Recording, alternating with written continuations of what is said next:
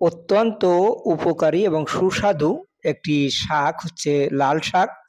লাল শাক অত্যন্ত কম সময়ের ফসল। ২০ থেকে ৩০ দিন কিংবা ৩৫ দিনে আপনি লাল শাক হারভেস্ট করতে পারবেন।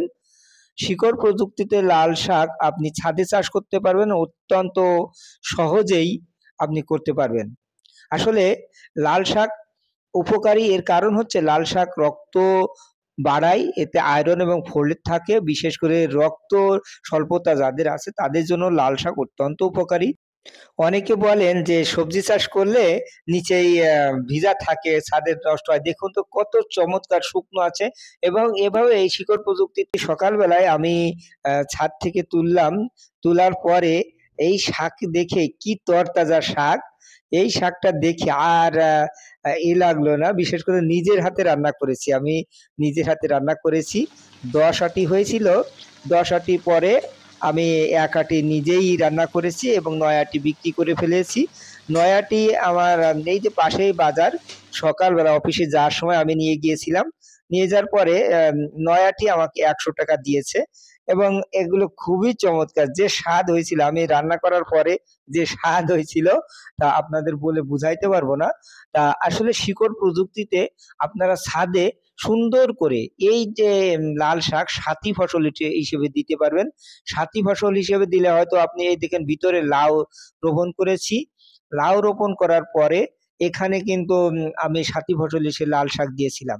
লাল শাকে যে তুলে নিচ্ছি এরপরে কয়েকদিনের মধ্যে লাউ অনেক বড় হয়ে যাবে এবং এই দেখুন কি চমৎকার এক্কেবারে এই অবস্থায় ছিল। ২৫ থেকে ৩০ দিন বয়স হয়েছে। আজকে আমি মেক্সিমাম তুলে দিয়েছি কিন্তু আরো কিছু তুলতে হবে। তা এইভাবে আপনারা শাকগুলো তুলবেন এবং বিশেষ করে একে ফ্রেশ ভাবে বাজারজাত করবেন কিংবা নিজের পুষ্টির করবেন।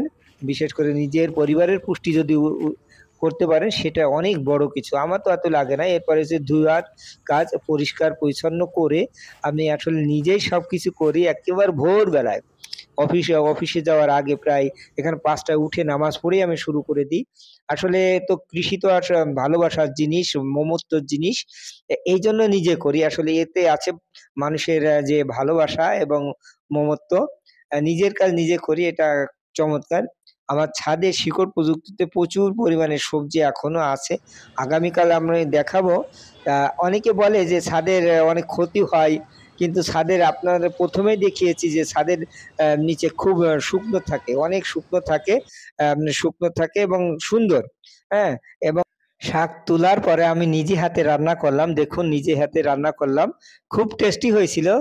যদিও রান্না করতে জানি না। সবাইকে ধন্যবাদ জানাচ্ছি। ভালো থাকবেন, দোয়া করবেন।